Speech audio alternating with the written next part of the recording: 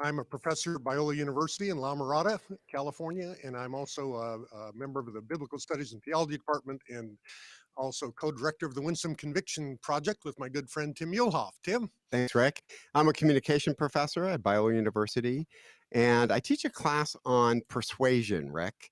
And this past summer, a man named Tom Jump, out of nowhere, just kind of sent me an email saying, hey, I'd love to talk about atheism, theism, the existence of God, the ramifications of that.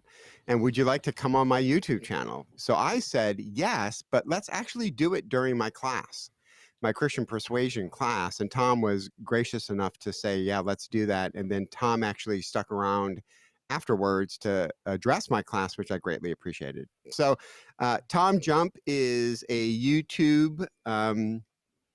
has a YouTube channel where he brings on Christian theologians, Christian philosophers, and not just Christian philosophers, but people who like to think deeply about topics. Tom's been doing this for roughly 5 years. We had a very interesting exchange live during my class and then had a wonderful conversation afterwards. So we thought, let's bring Tom onto our podcast so we can absolutely ambush him. No, Tom, absolutely kidding. But Tom, welcome to the Winsome Conviction podcast. Thanks for having me. I really appreciate the invitation. It was great talking with you last time. I was kind of looking forward to the ambush thing. I get a lot of views from those, so. Well, maybe not. We'll have to just kind of play this by ear. But Tom, you're brand new to our listeners. And Tom, just to set up a little bit what this podcast is about is we are co-directors of something called the Winsome Conviction Project, where we want to, in a very civil way, engage diverse perspectives. And I know that's your heartbeat as well, looking at the people that have been on your YouTube channel. So we wanted to first use the first segment to kind of get your backstory a little bit of your journey. I know you grew up in a Christian home, or at least a religious home, and then you kind of moved away from that. Can you just give our listeners a quick backdrop of why this issue is important to you and a little bit of your journey? Well, I think those are two slightly different questions. So my journey away from Christianity was because I had major depressive disorder, had it for about 2 decades. And I was praying day and night, having been brought up Christian. I went to Catholic grade school, Catholic high school, mass like twice a week, ridiculous. And so I was taught that there was this all-loving being out there who cared about me more than I could possibly imagine, more than anything in the world. But having prayed morning and night every day, read the Bible cover to cover, and asked for help to alleviate my depression and getting no help whatsoever, I stopped being able to believe there was such an all-loving being out there. I didn't identify as an atheist at this point. This was sometime near the end of high school, 17, 18. And it wasn't until about 4 or 5 years later when I got into philosophy that I started to learn about the position of atheism and the arguments and the new atheists, Hitchens, Harris, Dawkins, and Dennett, and started to really identify with the label of atheism. So my transition away from Christianity had more to do with unanswered prayers, and my transition to atheism had to do with the philosophical arguments. Yeah, that makes a lot of sense, and I appreciate that's actually a helpful and probably an interesting and important distinction, I imagine, at least for you experientially on all of that part. And as you look back at it, what are the things that seemed?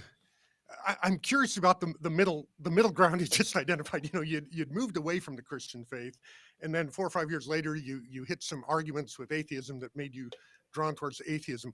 What happened in between times? What were some of the things that you were kind of wrestling with in the midst of that? Tell us a bit about that part of your story. Well, my questions about God's existence kind of faded away in that point because I was still battling depression and I was trying different things to overcome it. So like exercise was a big one. I lost about 200 pounds. I was up to 340 and then got down to like 160. I started doing, hang on. You were what? How much? 340 pounds. Because I'm looking at a picture right now. That is utterly amazing what you did. Yeah. Yeah. There's a picture of me on my passport. I look like a gigantic potato. It's very entertaining. Wow. Hey, that's awesome. Unfortunately, it did not work to solve the depression at all. So that was one of the things that was a downside. And so I got into research. I started researching neurology, biology, evolution, origin of the universe stuff. That was one of the later stages of my trying to cure depression. And that's where I got introduced to more of the philosophical arguments. But over the course of that 4 or 5 years, I had tried a bunch of different things, going to school, computer science, programming, friends and family, travel, all in an effort to try to cure my depression, and none of it had worked. And I eventually ended up trying philosophy and science and stuff as my next go-to experiment. And that's what led me to the atheist side of things. And how did that work out relative to the depression? Did you find that helpful, or was it did that still operate on kind of a different track?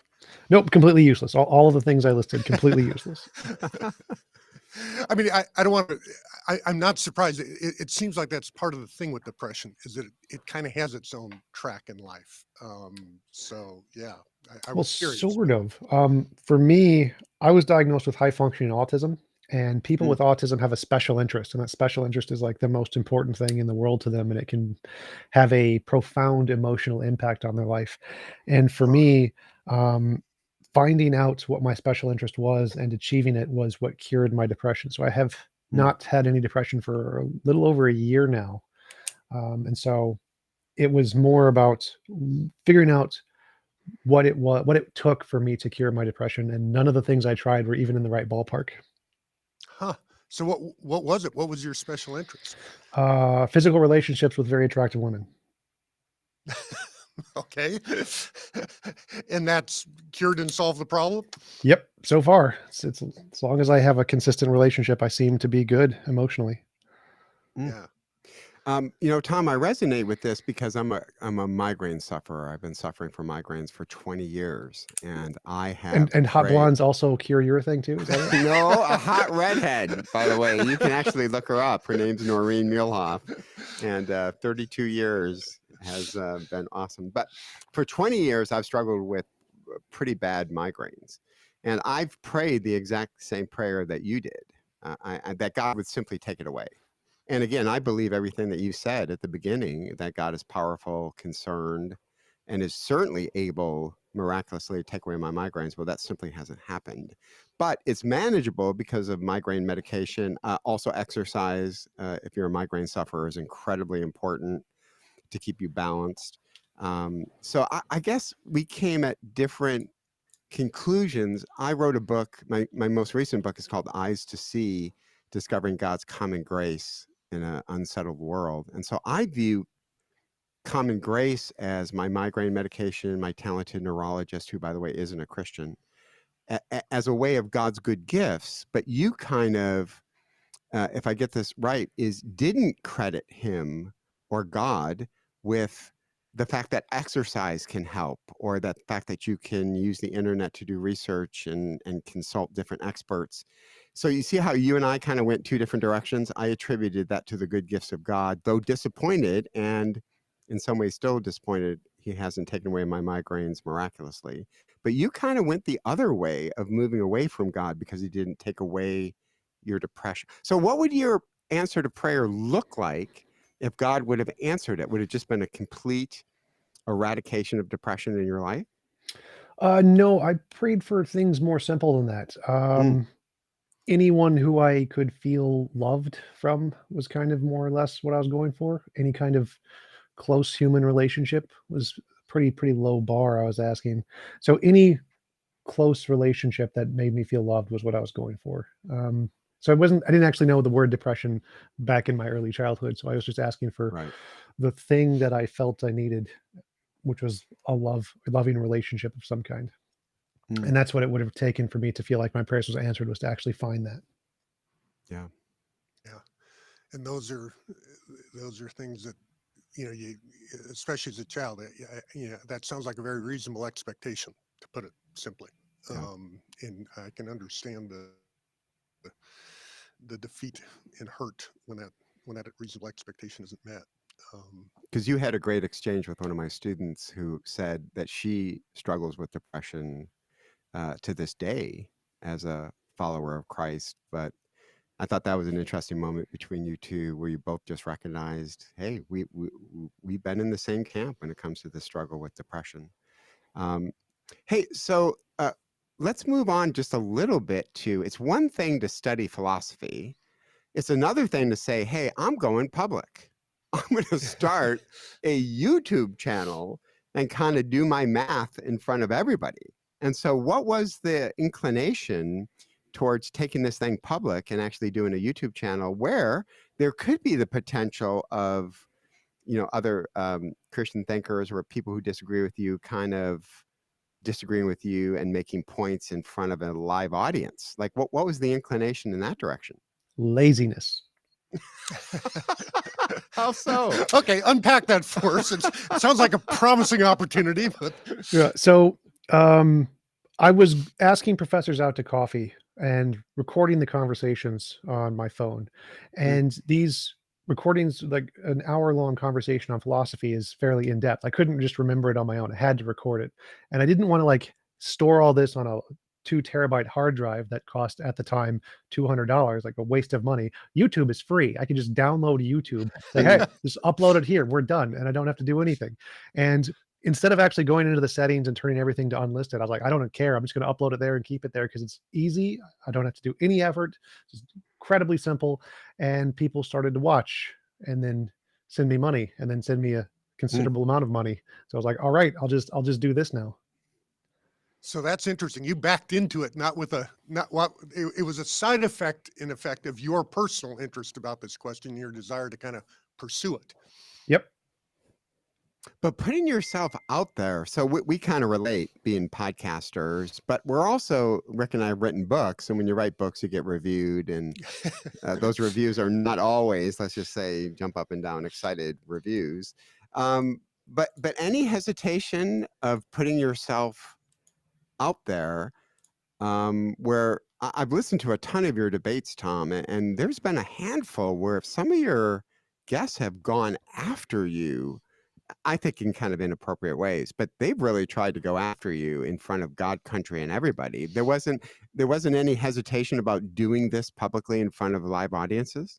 No, one of the advantages of autism is that you aren't really as susceptible to what other people think of you. And so I would never really cared what people insulted me or made fun of me. Didn't bother me all that much. And so whether or not people agreed with me never really interested me. And an additional benefit of that is hate comments boost the YouTube algorithm. And so when I see a hate comment or people who are haters, I love them. I don't ban them. I promote their comments because I want them to comment more, especially when they send super chats to make fun of me. It's phenomenal. Like, thank you for the money. I appreciate it. So haters, I've always appreciated because it gives me a boost to my channel. Okay, Tom, you realize that's not making us feel better. I mean, like about the cosmos, about the algorithm and all that kind of stuff. But, Yeah, may I remind you, welcome to the Winsome Conviction project. But Tom, can I pick up on that a little bit? Because so during our conversation, I purposely didn't have the chat feature on. I didn't ever see it. But my students were watching the chat feature as the entire conversation was happening. Now, I know this happened. Well, it happened November 14th. We're not sure when this podcast will air. But I walked away, felt like you and I did pretty well relationally. I mean, I didn't walk away ever feeling like Tom was attacking or I'm jumping on Tom. I mean, didn't you kind of feel like your recollection of it, walking away from that? I thought we did pretty well relationally. Yeah, absolutely.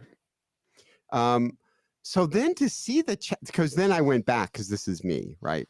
It's like we have this horrible website, Tom, called ratemyprofessor.com. And it's like, you should never go there. Well, of course I go there, right, to see. And I like to just say to the audience, I have 3 hot tamales. I don't know what that means, but I have 3 hot tamales, which is a good thing, apparently. How many? Like 1,000? Well, now, Tom, why? don't laugh. I don't know. I'm going to Google it right now. Hang on. No, I think it's 5, actually. I've been on there. I believe it's 5. Okay, well, that was crushing. So, Tom, because we do take very seriously the Winsome Conviction Project, and we do feel like America has been brought into what Deborah Tannen, a Georgetown linguist, calls the argument culture, and that this argument culture is really threatening, in some ways, the fabric of our country. 98% of Americans in a Pew Research study said that incivility is a threat to this nation. So I was discouraged about the chats because I felt like they were pretty attacking, inflammatory. So that was a weird moment for me, just to be really honest. Is one, I think I had a great, like, this conversation I think is awesome, but then to go to the chat, that was troubling to me and discouraging, and thinking, I don't know. It made, for the first time, me question coming on your YouTube channel. This is me being just honest, because that chat, if this is what it's fostering, I see that as a negative, not a positive. So it's interesting to hear you kind of take a different, more functional perspective of the chat box. Well, I think it serves a number of valuable purposes. So one is a way to blow off steam and to be with a group of people who have suffered in the same way you have. So a lot of people in the atheist community left because of trauma that they suffered in churches and in Mm. religious communities. And they can identify that trauma with certain statements that are very common among religious apologists. And so they attribute the same malice of what they suffered to anybody who utters the similar statements, even if the person doesn't have that malice. And so I think a lot of them can relate and connect in a community of people who have similar experiences through this medium and also blow off steam. It's very cathartic to do these kinds of things. There was actually a study on cursing where if you stubbed your toe and you started to curse after, it would literally lower your pain threshold, both physically and emotionally. And so you'd feel less pain. And the more virulent the curse, the more pain it would reduce. And so there's a level of emotional release that happens in these kinds of communities, in addition to an amount of connecting with similar people who have similar experiences, that I think is actually a very good, positive thing that comes about, even though the expression of which may be very perceived in a very negative way. So can I push back on that just a little bit? Because Sure. I would agree with you on the one hand. I don't doubt for the in-group that is a stress releaser and could even be a unifying factor for the in-group. But that's kind of like saying, okay, so Republicans get to rip Democrats because they're angry at what Democrats are doing to this country. So when Republicans get together, they just kind of blow off steam, and the more they curse, the better they feel. Well, if Democrats do the exact same thing, then the overall communication climate of our country greatly suffers. So I would say I have no doubt that lowers the temperature of your in-group. And by the way, my in-group could be susceptible to this as well. But the difference between us, Tom, might be, so if Biola students were doing in the chat what your group was doing, we would be reeling in these Biola students. We'd be saying, hey, this is not speaking truth and love. And it's the love part that greatly concerns us at the Winsome Conviction Project. So I don't doubt that it lowers the steam and the cursing helps the toe, but it also is alienating you from the group that may have stepped on the toe. And now you got two groups who are going after each other and they're feeling better, but the communication climate suffers. I'm not sure exactly, because I don't see one as a bad thing. I see them both as good things. And so they're kind of like salt and pepper. If you get rid of one, you're lowering the level of diversity of the kinds of conversations you can have. So for example, there's definitely clearly in groups and out groups that are meant to be cathartic, like Fox News and CNBC. That's all they are. They're just playing to their base to make them feel good, and aren't really trying to be an impartial analysis of data. But the ones that are attempting to be impartial analysis of data do very poorly in the polls. They don't get a lot of attention. Very few people watch them because there are these bubbles that people get into. They go into their in-group and they don't usually get exposed to contrary data because they don't enjoy it. They don't want to. They're not interested in hearing that. And it takes a very specific type of person to be interested in going into the other person's in-group and talking about those topics, or trying to find a neutral ground where you can talk about them without insulting people. And I think that our conversation was an example of a space where we could do that. But that space was then surrounded by, of course, the in groups and out groups, sort of like a Venn diagram where you get the two bubbles and there's a little space in the middle that's like red, and then one that's blue and purple or whatever. I think that YouTube conversations are kind of like doing that. And I don't think isolating one of the groups and saying you're not allowed to be in that bubble and make fun of the other group would necessarily be a benefit to the conversation. I think that it's good to have all of the spaces available for any group to be a part of. So like, as I mentioned, I have haters. There are groups of Christian haters who come into the chat and are unified against us and start debating with the atheists in my chat. And so I like to have all three opportunities, or all three groups, be able to participate at the same time, rather than trying to isolate one and say it's bad or shouldn't be a part of the conversation. Let me pick up on one thing you said right at the beginning of this little exchange that I thought was actually really insightful, and I appreciate you pointing this one out. You mentioned the idea that you may have a good number of people in your kind of atheist, I don't want to call it clientele, whatever group, that have been really hurt by experience they've had at church or whatever. And so when they hear someone, how did you put it, quoting one of the phrases or things like that they associate with that hurt, you get a whole bunch of pus that comes out, so to speak, in terms of the process. And as you mentioned, kind of a cathartic cleansing sort of a thing. And as you're saying, I thought, that is a good insight, because I think that's kind of a human phenomenon where you hear these things and they become triggers for your whole set of experiences. And a lot of times, just in like normal exchanges about just anything, somebody will say something and you read it like that was exactly what my dad used to say. Mm. And you give them the full-blown dad reaction, and they're sitting there going, I have no idea why this person just blew up at me. And it's got a better reason behind it than you might think. It isn't necessarily an objective, rational reason as much as it is an experiential, emotional, personal reason. But the point is, it isn't a person just being an angry lunatic. It's a person being hurt, and you having triggered a prior hurt by exactly saying the thing that had been in the context that hurt him earlier. Have I heard you right on that? Is that, Yes, yeah. they're actually two very prescient examples of that in today's society. One would be saying trans women are not women is considered instantly transphobic by many people on the left, which it shouldn't be, because there are legitimate arguments of that. Some people culturally use the word woman to be a biological term rather than a psychological gender association. That's perfectly rational. And so it isn't inherently transphobic to say trans women aren't women. Whereas on the left, anybody who says that will be labeled a transphobe instantly. Same thing with 1350. It's considered a racist dog whistle to bring up those stats in conjunction, because African Americans are 13% of the population, but commit 50% of the murders. And so anybody who brings up those statistics is instantly considered racist. But when you Google those statistics, they are correct. It is FBI crime data. It is the true stats. And so simply labeling anyone who brings up those terms as racist is a hasty generalization fallacy, because there are legitimate criticisms that are non-racist, non-sexist, transphobic, whatever derogatory term you want to use.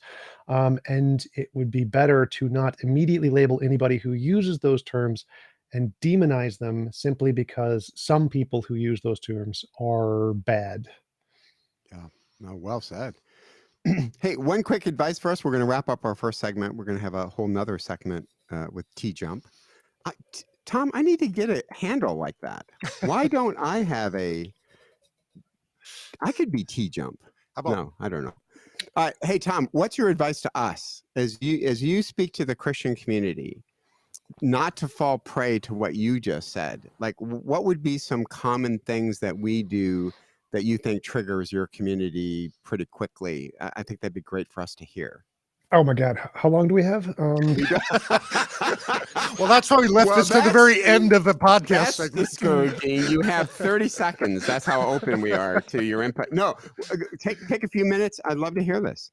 Well, so the reason I actually started to look into these more social issues like the 1350 and trans women are not women is because I saw the same kind of bias there as I do in many of the arguments that Christians use. So one of the things is evolution, for example. Many Christians say anybody who advocates for evolution is doing so because of work of the devil, or you left Christianity because you just want to sin, or Jesus is really the solution to all of your problems. These kinds of very general statements made by Christians are suffering from the same kind of hasty generalization that the people on the left are using when they identify someone who says a statement they disagree with and then associate it with the bad guys. Of course, the bad guys in Christianity is like Satan And from the left perspective, anybody who's a Nazi is essentially the Satan of the left, more or less. Right. And so I see the same kinds of generalizations, which is a part of human nature, being applied for any kind of ideology that you think is holier than thou. It's a little sanctimonious in a way, where you think you have the absolute authority on what is right and moral. And then if anybody goes against that, they're evil, and you have to stop considering what they're saying. And I believe I heard in one of your talks on YouTube that you shouldn't do that. You shouldn't just immediately demonize someone. You should consider what they're saying and rationally analyze it to see if there's anything good there. And I totally agree with that and think that is the correct way to analyze what the person is saying, independent of who they are, what they are, and assess the statement in and of itself, to find out if it's true, regardless of who says it. Cool. Maybe you could do marketing for us. Absolutely. I charge $500 an hour. Oh, bummer. Okay. Hey, Tom, we're going to do another segment because you have some very interesting ideas that we want to explore about morality, particularly. And we thought it'd be really fun to unpack some of those and have a conversation. So thank you for agreeing to come on to our second segment. Hey, what can our listeners, how can they find out more material about you and access to your YouTube channel? What's the best way to do that? Well, my OnlyFans is, oh, just kidding. My YouTube is youtube.com/tjump. That's where I do most of my debates and things. Check me out there. It's pretty easy to find. Just Google TJump, TJUMP. It is not Trump, even though it's spelled very similarly. I got a lot of flack from Google I on can that only one. imagine. Yeah. Oof. But yeah, youtube.com/tjump. That's the main place. Check me out. Please send me money. Thank you. All right. Well, thanks for joining us for this episode of the Winsome Conviction podcast. And you can, we'd love to have you join us regularly. You can subscribe on Apple Podcasts or Google Play or wherever it is that you normally get your podcasts. And you can also check us out at the winsomeconviction.com website for more resources and other articles that help us look at the issue of how we carry forward our public conversations. Thanks so much for joining us. Boom. Boom. Okay. Okay, thanks, Tom. That was great. Yeah, absolutely. It would- was fun. Good stuff. I appreciate a couple of the comments you made there. That was really helpful. The things we had right at the close. I would have loved to. We really did want to talk about the other part. We were not cutting you off on that because that was uninteresting. That was really super. So anyhow, appreciate Yeah, those thank you. thoughts. Absolutely. Okay, so we're going to jump into another segment. Unfortunately, we have a hard stop at 10 o'clock. We got this Zoom meeting that Rick and I just have to be a part. So we have to get the studio whenever the studio's open. So that's why we jumped here on we this are. spot. All right, so we're going to jump right in, Tom, and then thought it'd be kind of fun. He's a philosopher. Kind of fun to have you guys have a little bit of a conversation. I'll jump in as well. Okay, so here we go. Rick, do you And want to? Okay. Tim, why don't you do the lead-in part, and then I'll just pick up after Great. that. And Great. chat with Tom. Producer, are we ready to go? Ready to go. Awesome, thanks. Welcome to the Winsome Conviction podcast. My name is Tim Muehlhoff. I'm a professor of communication at Biola University in La Mirada, California. Thank you for joining us on the Winsome Conviction podcast. I'm not alone. I have my good friend, co-host, co-director of the Winsome Conviction Project, Dr. Rick Langer. Rick. Thanks, Tim. And I am a professor here at Biola as well in the Biblical Studies and Theology Department. And as Tim mentioned, we work together on the Winsome Conviction Project, where we're trying to do things to help promote more civil discourse and better understanding across divisions and divides we have about really important areas of conviction. It's often easy to disagree about mere matters of taste. Even I'm a Denver Broncos fan. I live in the land of people who are like the Chargers and the Raiders around here. And these are like my arch enemies, right? But the bottom line is we really don't have that many outrageous or difficult conversations about our football teams. They're kind of matters of taste. But when it comes to things like, well, let's just be blunt, religion and politics, it's different.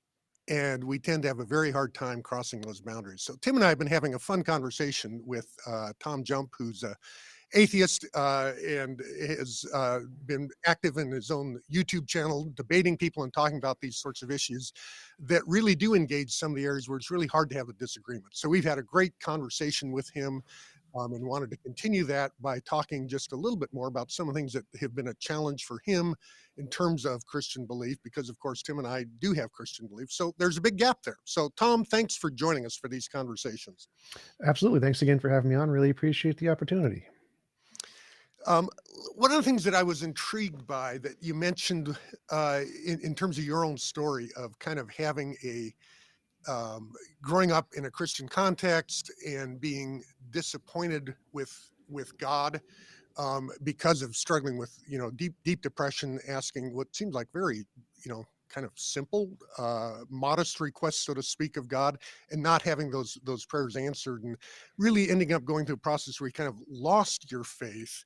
You didn't go immediately into atheism, but you kind of went through a bit of a wilderness, so to speak, until you found some of the atheist arguments that ended up, kind of making sense to you. So we had talked a little bit about that, and one of the things that I got to thinking about this was, let me just frame it this way, and I'll let you respond to this. Um, it seems clear to me that what you experienced was what I'm going to call for the moment a failure of your God construct. In other words, you had a way of understanding and having a set of expectations about God, and God did not deliver. And it seems to me like that could be a bit like the failure of a bridge. It can fail because there's no such thing as bridges, or construction really doesn't work to cross, big divides like you have for the Golden Gate Bridge or something. Or it can fail because you fail to construct a good bridge. The failure could be of the construct, or the failure could be of the concept, if you know what I mean. And it seems to me important to separate those two things. And so that was what was going on in my mind as you were talking about some of that. And I was just, it sounds like defeated expectations that you had were things about God just intervening at a minimal level to provide just basic, in your case, basic love, relationships, something meaningful, some positive contributor in your situation. And let me just pause here and let you respond to both my general idea of that, and then also those details. Make sure they're right before I go ahead. Yeah, I think it sounds right. I'm not exactly sure. Yeah. Wait, so let me just run with that a little bit. One of the things that is interesting that I've noticed, now I was a pastor for 20 years before I became a professor. So I spent a lot of time talking with people who were experiencing any variety of things, very much depression included. And people would often come to me with doubts or questions about God. And one of the things that seemed to kind of haunt people was defeated expectations. And I began to realize there's kind of two different ways you could draw expectations from your Christian faith. One would be things you might call an extrapolated expectation. God is good, God is omniscient, and God is all powerful. And therefore, if there's a good, all powerful God, he knows my suffering. And therefore, if he's truly good, he has the power and would have the will, because of his benevolence, to intervene on my behalf. So if God isn't doing that, he must either not be omniscient, he must not be benevolent, or he must not be omnipotent, that he can't do anything about him. But somewhere there has to be a break like that. So you have a clear expectation, it defeats the syllogism, so to speak. And so you conclude out of a process like that there is no God. And I've talked to a lot of people who have had that sort of an experience. And like I say, it's kind of extrapolating the expectation. Or you read a verse in the Bible that says, make your requests be made known to God, and, cast all your anxieties upon him because he cares for you. But you don't have that happen. And those are what I call extrapolated expectations. And it's pretty common for those to be defeated. God doesn't do what you expected. So my initial thoughts are is those I think those are two separate things. One is the philosophical justification for a disbelief or something, which is a conclusion based on a syllogism or whatever. And I think that mostly doesn't happen. I think very few people are affected by that. I think they will justify their change with those after the fact, because there was a study done on people on how they justify the decisions they make, where they gave them a bunch of pictures, say pick picture A or picture B, and then they'll put the things you picked in a pile, and later they're going to ask you, well, why did you pick this one, or why did you not pick this other one? And they're going to slip in some of the ones you didn't pick, and they found out that people are going to justify even the ones they didn't pick as ones they picked for certain reasons. And so They people can drum up a reason to give an account. Yep, exactly. And so people will make up reasons of why they change their mind. And so one of the reasons are these syllogisms like, oh, well, I expected an all powerful being to do X and he didn't, therefore I stopped believing. Really, it's more emotional than that. Yeah. Like my conversion away from theism was more just because God didn't answer my prayers. It's kind of like trying to talk to a milk carton. If the milk carton does not talk back, eventually, whether you realize it or not, you're going to stop believing the milk carton has a consciousness. You're going to like, it's just a milk carton. And that's kind of what happened for me in my belief in a God. I was trying to talk to this non-spatial temporal milk carton, and it never talked back. It never did anything, good or bad, of any kind. And so I stopped, I just eventually just ceased being able to believe there was such an entity there. And the emotional facts of, because I was in desperate need of certain kinds of responses, just made that process significantly faster. Later on, when I got into the philosophy and I could actually analyze the philosophical arguments and make the syllogisms to understand why they're justified, I think that's a separate topic. I think like there is a justification for saying that an all good, all powerful being wouldn't drown babies or something along those lines. And so, given the context of the Old Testament, if it's true and the world was flooded, definitely you can kind of rule out an all powerful God from that one because there's logically possible alternatives that are less immoral or something along those lines. But I do think those are two pretty much unrelated questions of why people initially do leave, which is more emotional, and then the justifications they give, which are these logical ones, which aren't usually post hoc in some way. Yeah, actually, I think I'm inclined to agree with you on that. At the very least, they how related the two tracks are, I think, maybe in subject debate, because I think there are some connections, but I think you're right. There's two different things that are often going on there. And one of the things, and this is perhaps more of a comment for our listeners even than for you, Tom, but one of the things that strikes me with that is that there's a second way of generating your expectations, so to speak, when I think of this biblically, Christianly, is what do I expect of God? I can kind of do a philosophical reasoning approach to that, or I can do a read the story approach to that, where you suddenly discover, and this is awkward, this is hard when you read the Bible, but you realize, oh, people asking God, how long, oh Lord? How long are you going to basically not answer a prayer? How long are you going to defer intervention? And you suddenly realize, wow, there's a huge portion of the Psalms, all kinds of imprecatory Psalms, but also Psalms of lament and things like this. You find that being a common cry of the prophets. How long? You read the book of Lamentations and you see Jeremiah asking those kinds of questions. And whatever the philosophy and theology is, the bottom line is the experiential part of people of faith historically has been full of those moments. And actually, a big part of faith is figuring out how to navigate those moments successfully. And if you just walk into the Bible reading what kind of human experience is discovered there, you end up with a really different set of expectations about what might happen within your own life than if you say, let me take these three attributes of God and extrapolate. And as I think you pointed out, they simply are two different tracks.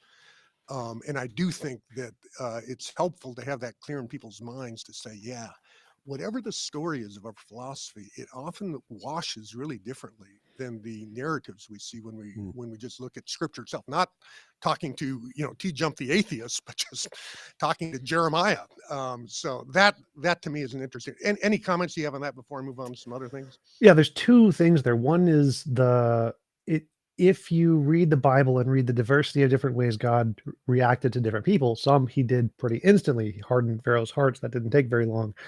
He flooded the world. That didn't take very long. He's turned what's her name to salt. That didn't take very long. So he does instantly give responses occasionally, and some he gives delayed responses. Some he gives positive things. Some he gives negative things.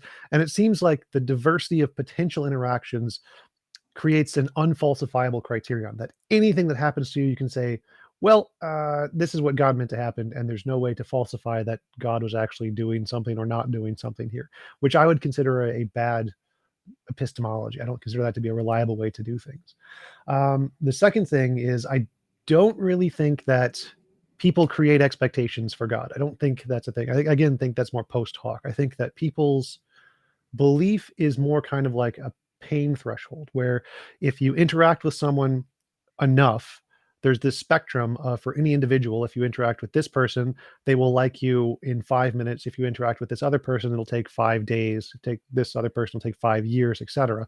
And so different people have different levels of requirements of interaction before they really trust and care about you.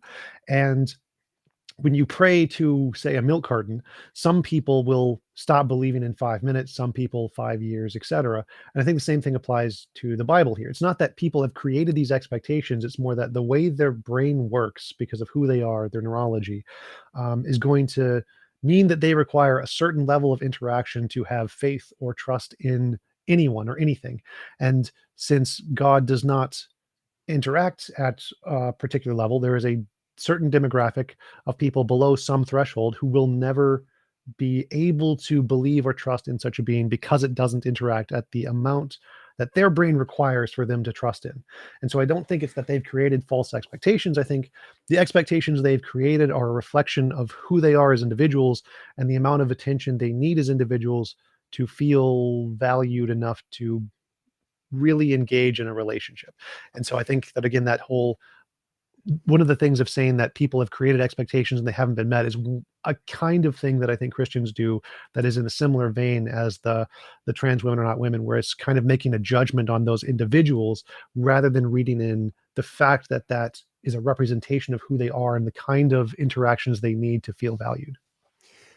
And the only thing I would say about that, Tom, is that the vast majority of the world has expectations about God, a higher power, that are being met. This is something I mentioned in my conversation with you, that roughly 85% of the world's population believes not just in God, but a organized religion, and that has been true of humanity since the beginning of time. Now, that's what's so wild about our conversation, Tom, is I find that really interesting fact that gives me pause that we have been inherently religious since the dawn of recorded history. And that doesn't give you pause at all. It doesn't seem like that gives you any type of pause that the vast majority of humanity conceptualizes God, has expectations, and feels relatively those expectations are being met. No, for the same reason that poor people tend to buy more lottery tickets. It's that if you are in a desperate emotional situation, you tend to invest more in long shots out of necessity because you need a long shot. Whereas people who are in a more stable position, like wealthier nations, Norway, Japan, Denmark, Sweden, etc., very few of them are religious. So they don't invest in the same kind or don't have an emotional need for the safety net of a God. Whereas people who are in impoverished countries, which is the majority of the world, as you pointed out in our last conversation, are still in a very harsh situation. And so the fact that they cling to the safety net, emotional safety net, is a very rational thing to do in a way. And I don't find it surprising one bit. I would find it surprising if we solved all of our needs, cured death, no longer needed food, and people continued to remain majority religious. That I would find very surprising. Let me go back to your milk carton illustration. This is kind of following on what Tim asked, but just in a slightly different angle. When you give that illustration, I'm kind of like, wow. So I literally don't know anyone who talks to a milk carton. I'm sure there are people like that, but I literally don't know and never even heard of anyone who talks to a milk carton. So it seems like kind of a bad analogy for trying to figure out what people are doing when they pray, because I'm like, it's kind of a non-starter. Back to Tim's point, where you have 85% of the people, and even in modern countries, you have people who are praying very much in the United States at 90% levels, who will find themselves praying to God regularly. So do you think you have a slightly better analogy option you could come up with than like a milk carton or a UFO or a unicorn that just seems completely, I Sure. literally know no one who thinks that way, but I know almost everybody who does include prayer as some sort of viable option. And what is going on in a human soul that we do operate that way seems puzzling to me. Sure. Volcanoes, stars, horseshoes, hurricanes, meteorites, planets, the wind, fire, water, air, the ether, every So single one of getting the your drift. yeah. So Okay. so the point is just that the milk carton was meant to represent an object which people can imagine has some kind of sentience or consciousness or ability to interact, and people will pray to it in an effort to engage with that consciousness. And the point of the milk carton is that it's something we know that does not have consciousness, but the analogy was meant to show that some people will continue to pray to it for longer before they lose belief in the milk carton's consciousness than others. And so some people, it'll only take 5 minutes and they'll stop. Some people will take 5 hours. Some people will take 5 years. And so uh, the point there was to illustrate that different people have different needs emotionally, for the amount of engagement that require for them to believe in the entity. And it wasn't specifically the milk carton, really didn't matter. Yeah, I guess I'd just say the same thing about volcanoes. I don't know anybody who prays to a volcano. I know that people have. I'm just saying I'm kind of looking around now and I'm going, what, that isn't around, but I still have 90% of people around me who are praying to a God. And so all those seem kind of weird disanalogies, but that's okay. We don't have to solve all these things here now. I'm sincerely was puzzled by where that one is going. And I think it may just end up at that point that you have a perception of how those things work that differs from mine. But I'm like, man, it just doesn't seem Well, like. I would like to try one more time. So the Okay. point of that analogy was not the object. The milk carton didn't matter. It was just it's No, an I get that. arbitrary object that is not conscious. The point of the analogy Right. was people will try to talk to something, and the rate at which they will continue to try to interact with this thing is different for different people. And it doesn't matter if it's a milk carton or an imaginary friend or someone who they think is on the other side of the planet or a broken internet connection. Like when you're on a call and you say hello, hello, are you there? Some people will say hello more times than others and continue to try to bridge the connection before hanging up. So the only part of the analogy there was that different people take different amounts of interaction before they give up. Now Right. that was the only part. The milk carton literally not a part of the analogy that was relevant whatsoever. Yeah, I no, totally get that. I'm just saying the weird thing is that you have people who keep doing this for an entire lifetime, like with your phone call message. Totally get it. At some point you burn out on your phone calling. I've never met anyone who says hello, hello for their entire life. It seems like we have vast quantities of people. So I'm just puzzled. What's the difference about God in those stories? That doesn't make God true. I simply marvel at how different it is about how persistent the God thing is compared to all these other inanimate, non-sentient, non-responsive objects. Well, I think that goes back to what Tim was saying, that when I brought up the fact that more poor people buy lottery tickets because they're desperate and they need a long shot. Many people in the world are suffering and in need of some kind of security, of this hope for life after death, this hope for eternal justice and morality. And because they are in need of that, they are more likely to cling to a belief in a milk carton that hypothetically will provide these things. And so that's the reason why people will remain religious and are more likely to be religious in more impoverished countries. And as you solve hunger and as you solve death, once we do solve death, the amount of religious people is going to drop significantly because we no longer have those crutches that we need a safety net for. And so the reason But people Tom, do is because of the safety net. if Francis Collins were here right now, the head of the Genome Project, America's scientist, or William Lane Craig were here, I find I mean that'd be a hard argument to make with a William Lane Craig, Thomas Aquinas, Leibniz. I suspect they're going to want to come back at you pretty quick to say, so you think because of my desperation, I've come up with these philosophical arguments is just merely a desperate see, that to I me is where that's where it starts to go south a little bit for me. Is I mean, we have some amazing intellect scientists. Pick any realm, and you've got people who believe in theism. and perhaps more relevantly on that is just to say, I think if you look at like the statistical base of the United States and ask the question, are people who are theists more likely to be desperate, poor, impoverished, or whatever? I'm like, not really.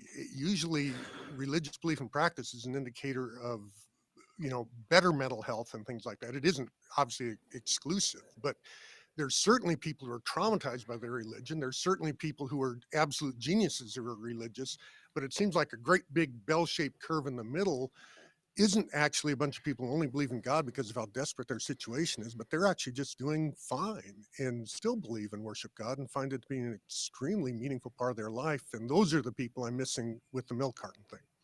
But again, we can let that one go because we're probably going to, so any other comments you want to make on that before we leave that part?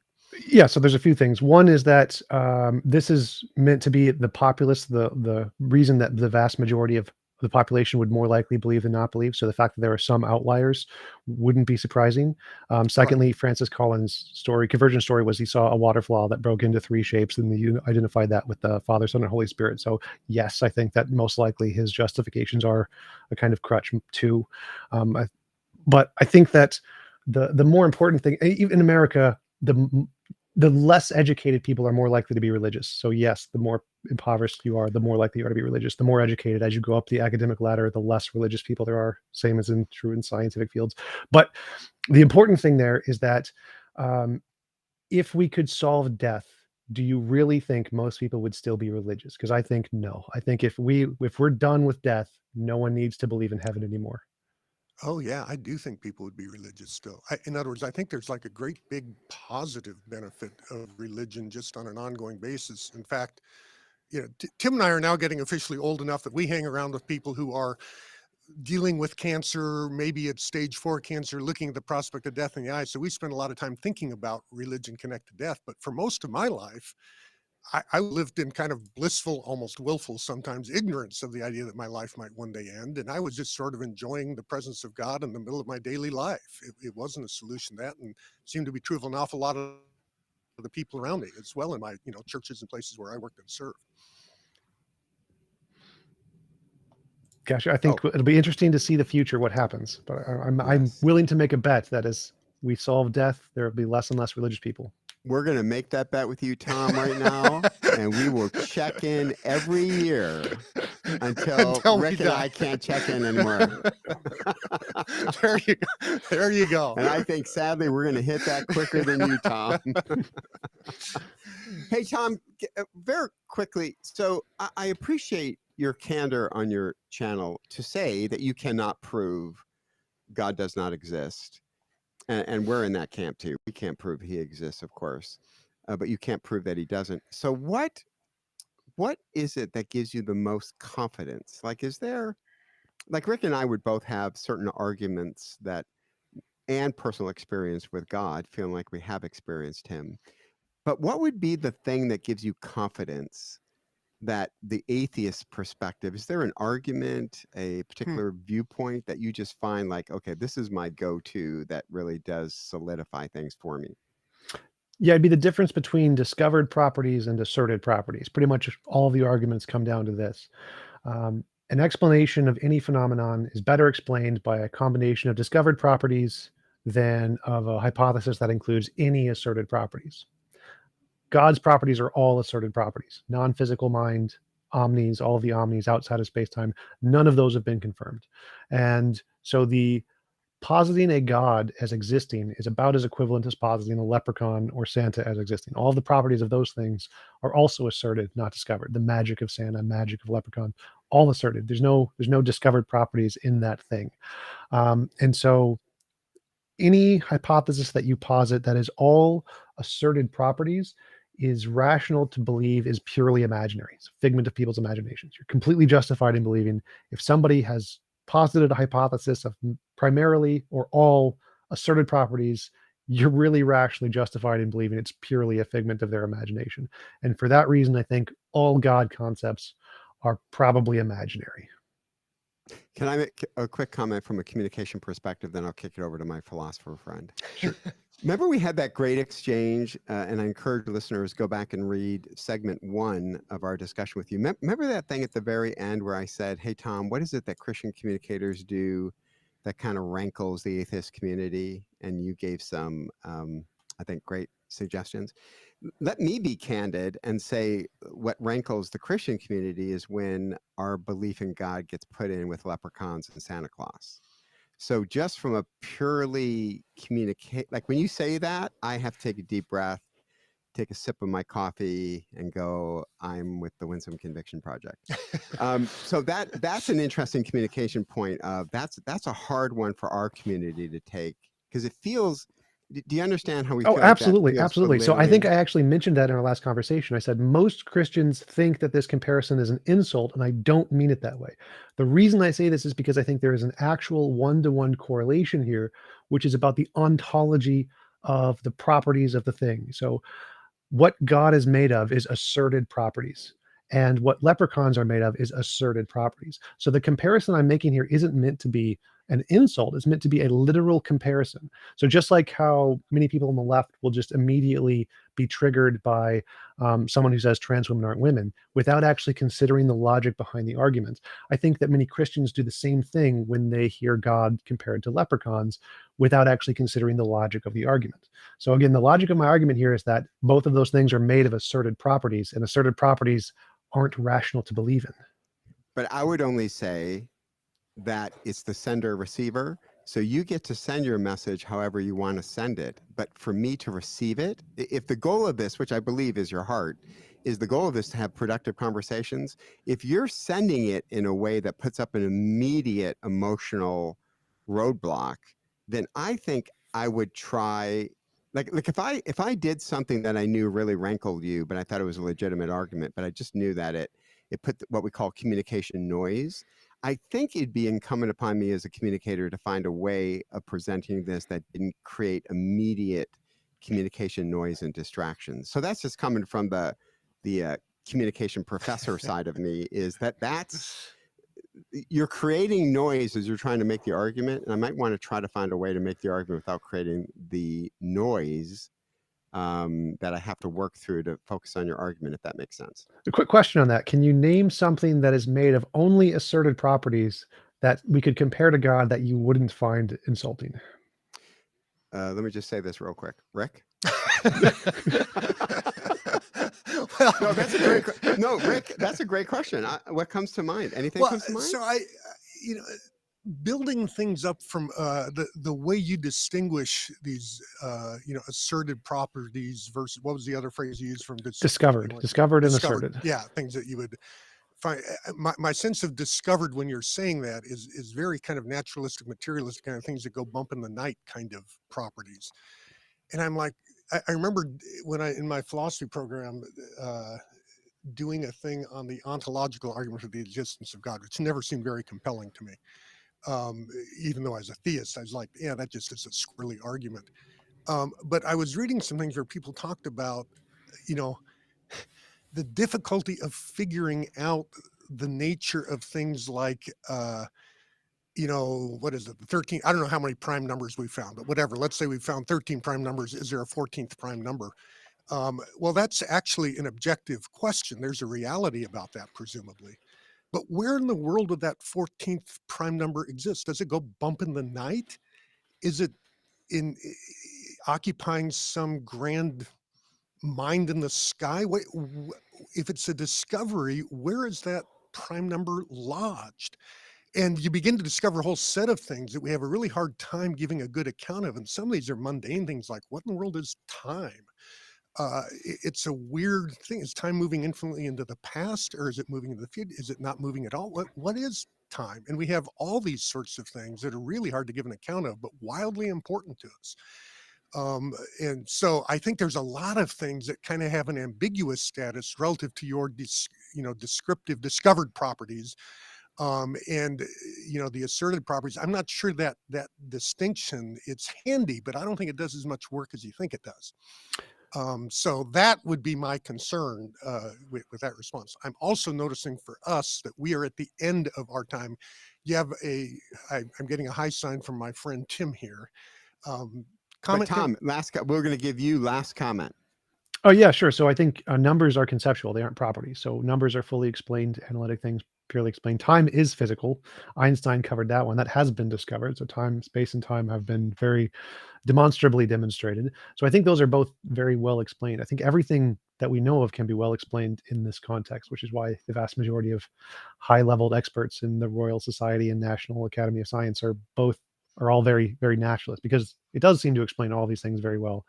And I think you would need to justify an epistemology that in a new way that we haven't discovered yet in order to make those kinds of claims rational or at the same level as the physicalist interpretation. Tom, where can people find more of your information perspective, your YouTube channel? YouTube.com/TJump. Please invite me to speeches and lectures and debates all over the place. I'm always looking for more people to talk with. I'm happy to go anywhere. Just let me know. Hey, here's what I appreciate about our conversation, Tom, is, and I would encourage people to go back to listen to segment 1. We didn't just talk about content. We talked about the relational side of this whole journey. And I think both of those are really important. And I'm really glad that in these 2 segments, we didn't just talk about concepts, ideas, falsifiability, but we also talked a little bit about how to talk to each other. And I think both of those conversations are really helpful. And we would love to explore that with you more in the future if you're up for it. Absolutely. Anytime. Just let me know. Okay. Hey, thanks, Tom. And from now on, please refer to me as T Mule. That's going to be my new handle. Okay. T-Jump. I'm sure we can turn that into something dirty in my chat. Tom, please don't do that. Whatever else you do, please don't do that. Tim doesn't need that. Thanks, Tom. Thank you for Absolutely. joining us for the Winsome Conviction podcast. And we'd encourage you to subscribe on Apple Podcasts, Google Play, wherever it is that you may be getting your podcasts. And also check us out at the winsomeconviction.com website. Thanks for being there.